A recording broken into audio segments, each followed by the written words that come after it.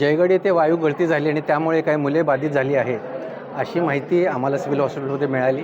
त्यानंतर मी आणि आमचे वैद्यकीय अधीक्षक आम्ही इथं येऊन सगळ्या चमूला तयार केलेला आहे. आमच्याकडे 3 लहान मुलांचे डॉक्टर्स आहेत, फिजिशियन्स आहेत, नर्सेस आहेत, औषध निर्माता आहेत.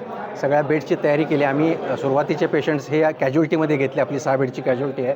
उरलेले कॅज्युअल्टीच्या मागे 12 बेड्स तयार केलेले आहेत, जिथं आता बाकीच्यांना घेतो आहे. तसंच फिमेल सर्जिकलमध्ये जे काही स्टेबल होत आहेत औषधोपचारानंतर त्यांना तिथं हलवलेलं आहे आणि काहींची व्यवस्था आम्ही पेडियाट्रिक वॉर्डात केलेली आहे. मला असं समजतं की एकंदरीत 51 लोकांना इथं आणणार आहेत. आत्तापर्यंत 32 आलेले आहेत.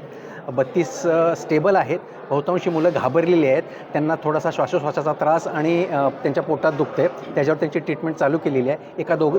3 जणांना थोडंसं छातीमध्ये स्पाझम होत आहेत, म्हणजे श्वास घ्यायला जास्त त्रास होतो आहे. त्यांच्यावर मी विशेष लक्ष ठेवून आहोत. उलटी आणि मळमळ झाली असं उलटी नाही, जास्त करून मळमळच आहे आणि श्वासोश्वासाला त्रास.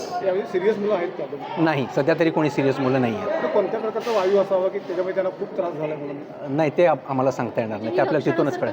कशामुळे होऊ शकतं हे सगळं? साधारणतः वायुगळतीमुळे अशाच पद्धतीचे सिम्पटम्स असतात आणि त्याची ट्रीटमेंट ही सिम्प्टोमॅटिक असते, म्हणजे लक्षणांवरती आपण ट्रीटमेंट देतो आणि अंडर ऑब्झर्वेशन ठेवतो.